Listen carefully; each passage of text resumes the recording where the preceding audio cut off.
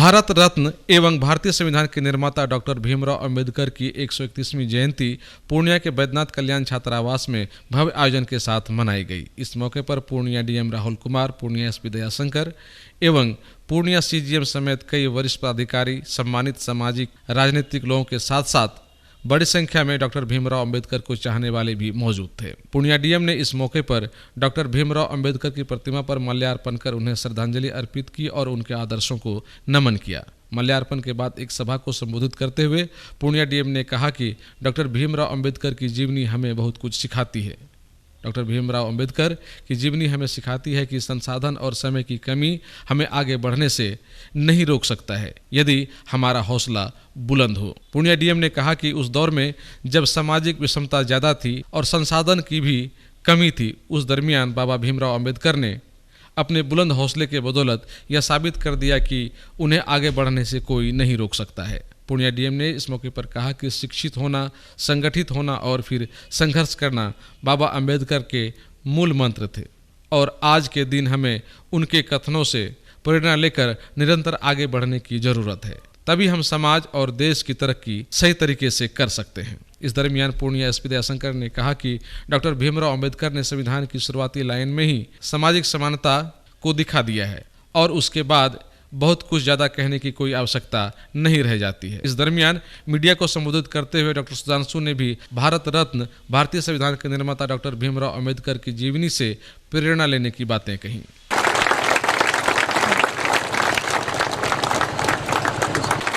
मैं कहना चाहूँगा कि धनलाल जी और दिनेश जी ने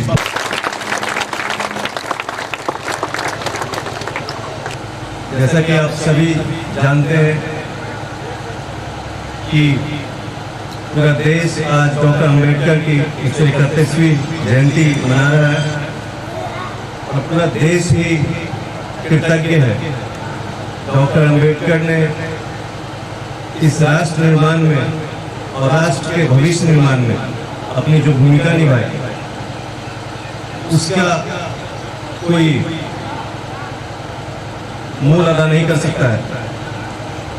और आप सभी लोगों ने पढ़ा होगा, आपको बताया जाता होगा कि डॉक्टर अंबेडकर की जो शुरुआती जिंदगी थी वो संघर्षों से किस कदर भरी हुई थी।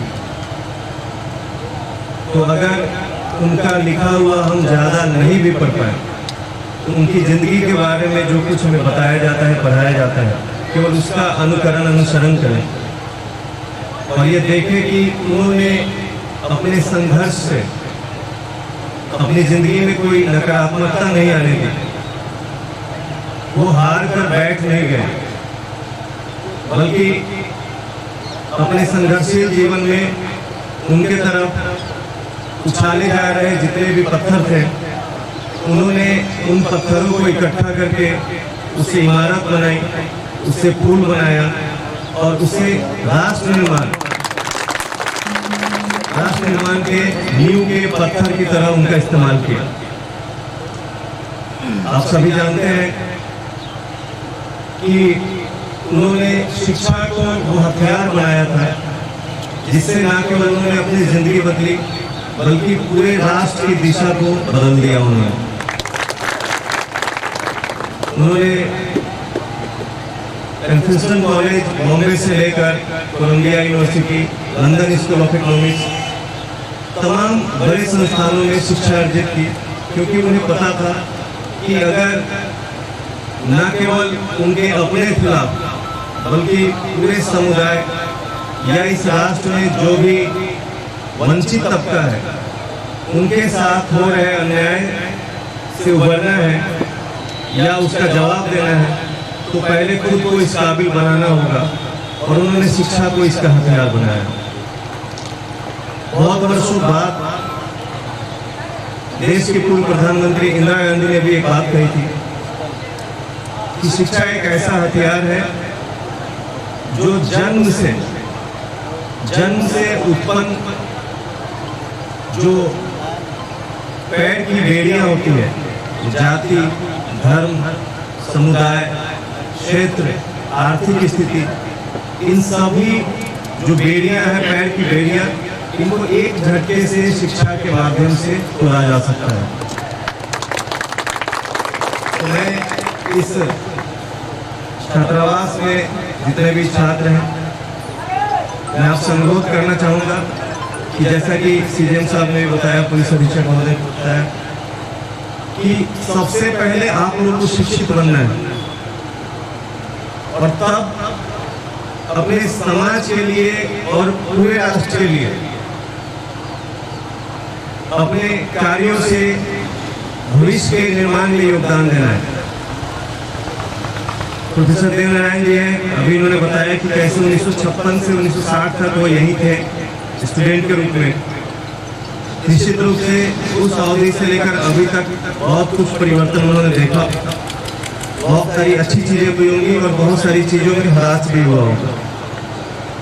तो इनके अनुभव से आप समय समय पर लाभान्वित होते रहते होंगे, लेकिन एक बात मुझे भी कहनी है कि आज जैसे तमाम लोगों के पास मोबाइल है, स्मार्टफोन है, हम लोग हर चीज को रिकॉर्ड करते हैं मोबाइल पे, तमाम हम लोग समय देते हैं सोशल मीडिया पे, इंटरनेट पे, लेकिन ये भी एक हथियार बन सकता है आपके भविष्य के सकारात्मक निर्माण में।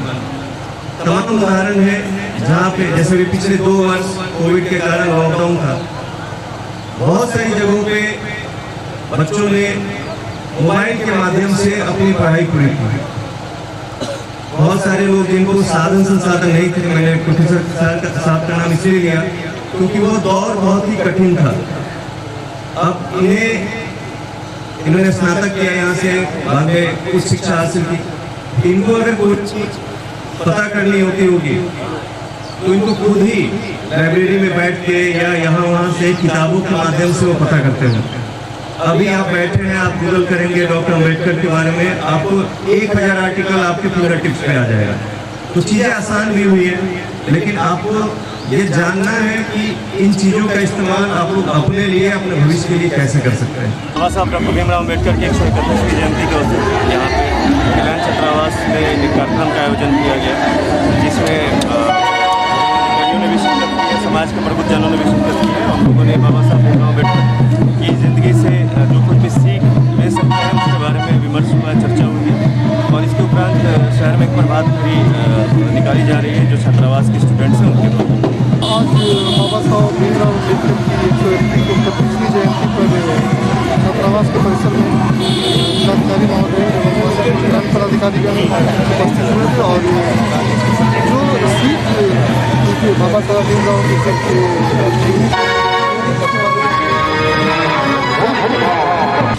2022 जो है इसका संकल्प हम लोगों ने यही लिया है कि अम्बेडकर साहब को सही रूप से जानें।